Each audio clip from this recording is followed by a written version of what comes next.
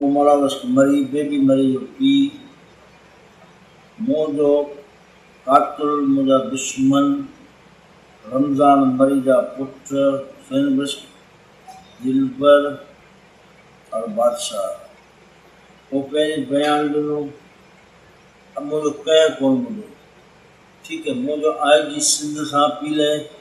DI जी सिंध सां P ले वज़ीर आला मुराद अली शाह सां मुझो अपील है मुझो न्याणी जो कातुल गिरफ्तार थी वियो मूंसां इंसाफ़ थी वियो मूंसां छा लाइ इंसाफ़ नथो थिए असीं ग़रीब यतीम तॾहिं वो बाइसर माण्हू आहिनि हू पाण खे हू के क़तल करे वेठा आहिनि हुननि खे कोन पुलिस बि गिरफ़्तार कोन थो करे ऐं न हुननि खे केरु हथ में रखे थो असीं मिसकीन असांखे मारियो वियो आहे असांखे धमकायो वियो आहे असांजे घरनि में छापा हणाया अथनि ऐं डॉक्टर शंभू मीरपुर ख़ासि जो उहो हिननि जो माण्हू हिननि जो माण्हू ऐं नशा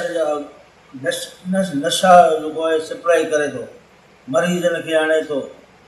ऐं असां ईअं ॿुधो त बेबी मरी खे बि नशनि जा सुइयूं हणाया ऐं मूंसां इंसाफ़ थियो हुजे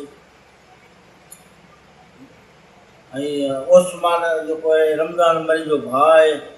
वॾो भाउ उन जेको इन कंपाउंडर खे 15 ॾींहं पहिरीं हिनखे हटायो वियो आहे कि 4 ॾींहं पुलिस हिनखे गिरफ़्तार करे पैसा ॾेई हुनखे हटायो वियो आहे ऐं असांजो को पुलिस दाग न फिराए ॾिए थो ऐं उहे कातुल हलनि पिया सरेआम हलनि पिया धमकियूं अञा मोकिलीनि पिया ऐं जेको आहे हुननि खे पुलिस गिरफ़्तार कोन्हे बाक़ी उहे बेगुनाह आहिनि उन्हनि खे यतीमनि खे असांखे ग़रीबनि खे गिरफ़्तार करे वञे मुंहिंजो न्याणी मिसकिन शइ हिन मारे वाह में उछलाए छॾियो ज़ालिमनि साईं चवंदो हले यार हैदराबाद में अगवा इहे कनि कब्ज़ा इहे कनि इहो रमज़ान करे थो सरेआम में पंहिंजे गुंडनि सां गॾु हले थो मुंहिंजो अपील आहे IG सिंध सां DIG सां वज़ीर आला मुराद अली शाह सां असां मिसकिन यतीमनि जो दाद असां सां इंसाफ़ थिए